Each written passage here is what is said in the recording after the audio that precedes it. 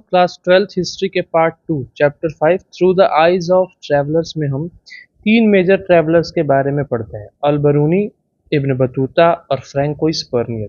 आज के इस वीडियो में हम बात करेंगे इब्न बतूता की।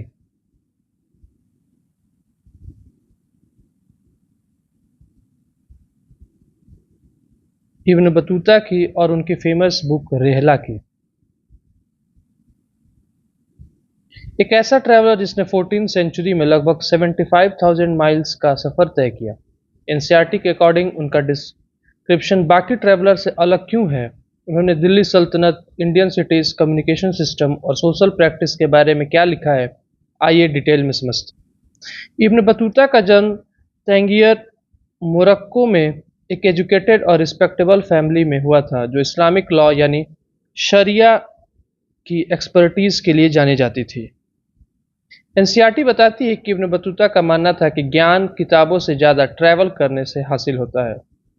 1332 से 1333 एडी सेंट्रल एशिया और अफगानिस्तान होते हुए इब्न बतूता 1333 में हाई एल्टीट्यूड पासेस क्रॉस करके सिंध पहुंचे। उस वक्त दिल्ली पर मोहम्मद बिन तुगलक का राज था। सुल्तान उनकी स्कॉलरशिप से इम्प्रेस हुए और उन्हें दिल्ली का काजी अपॉइंट कर दिया। यह है सुल्तान मोहम्मद बिन तुगलक। उस वक्त दिल्ली पर मोहम्मद बिन तुगलक का राज था। उन्होंने लगभग 8 साल दिल्ली में काजी के रूप में काम किया। जब इब्न बतूता इंडिया पहुंचे तो उन्होंने दो ऐसी चीजें देखी जो उन्हें होम कंट्री में बिल्कुल ही नहीं थी। एनसीईआरटी में इन दोनों पर खास फोकस किया गया है। कोकोनट। इब्न बतूता ने कोकोनट को देखकर लिखा कि यह पेड़ खजूर जैसा दिखता है, लेकिन इसके ऊपर फल अलग लगते हैं। उन्होंने नारियल की तुलना ह्यूमन हेड से की। उन्होंने लिखा कि इस पर 2 आंखें और एक मुंह दिखता है और इसके अंदर का फाइबर रस्सी रोप्स बनाने में यूज होता है। बेटल लीफ यानी पान। उन्होंने पान को डिस्क्राइब करते हुए लिखा कि एक ऐसा बेल है जो केला या आम की तरह फल नहीं देता, बल्कि सिर्फ एक ऐसे पत्ते खाए जाते हैं। बेटल नट सुपारी के साथ, बेटल नट और लाइम चूना के साथ चबाकर खाया जाता है। उनके लिए बिल्कुल ही नया एक्सपीरियंस था। एनसीईआरटी के अकॉर्डिंग इब्न बतूता ने इंडियन सिटीज को फुल ऑफ अपॉर्चुनिटीज बताया, क्योंकि उन लोगों के लिए जिनके पास ड्राइव, रिसोर्सेज और स्किल्स थे। दिल्ली के बारे में उन्होंने लिखा कि दिल्ली एक बहुत ही बड़ा और पॉपुलेटेड सिटी है, जिसकी चारों तरफ एक विशाल फोर्टिफाइड दीवार थी। मान लीजिए कि दिल्ली है तो इसके चारों तरफ ये फोर्टिफाइड दीवारें थी और इसमें कई सारे दरवाजे थे। उसमें सबसे बड़ा दरवाजा था बदायूं दरवाजा। दौलताबाद। उन्होंने महाराष्ट्र के दौलताबाद का जिक्र किया, जहां पर मोहम्मद बिन तुगलक ने राजधानी परिवर्तन किया था, और बताया कि यह साइज में दिल्ली से कम नहीं था और राइवल करता था।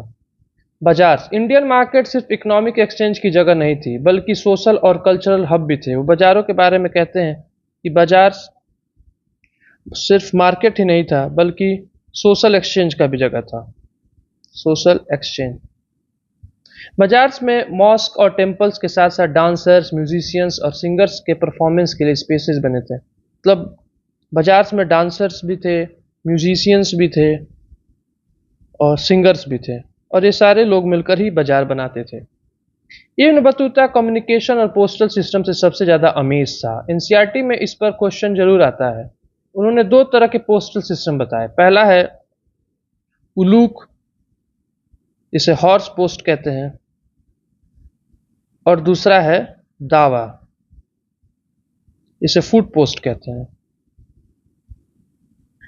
उलूक के अंतर्गत हर 4 माइल पर रॉयल हॉर्सेस रेडी रहते थे। ये यहाँ पे हॉर्सेस रेडी थे, फिर 4 माइल के बाद यहाँ पर हॉर्सेस रेडी होते थे।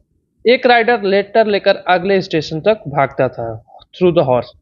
दावा के अंतर्गत हर एक मील पर 3 सब स्टेशन होते थे। ये एक मील है, एक स्टेशन है, यहाँ पर 3 मैसेंजर्स रहते थे। फिर एक मील के बाद 3 मैसेंजर्स रहते थे।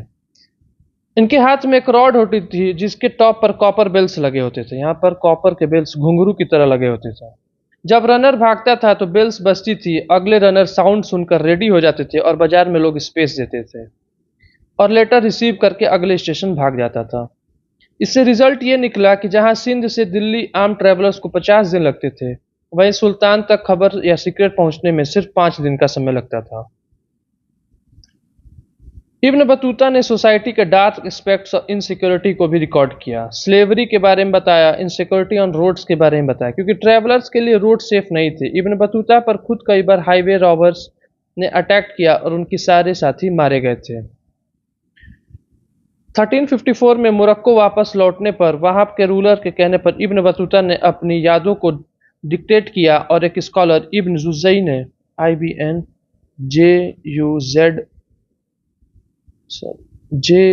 JUZAY ने उन्हें लिखा। इस बुक को हम रिहला के नाम से जानते हैं। तो रिहला एक अरेबिक लैंग्वेज में लिखी गई। तो रिहला अरेबिक लैंग्वेज में लिखा गया। उनका यूनिक फोकस नारियल, जैसे कि मैंने आपको बताया, पान और पोस्टल सिस्टम पर था, जिसमें उलूक और दावा, और इंडियन बाजार्स पर था।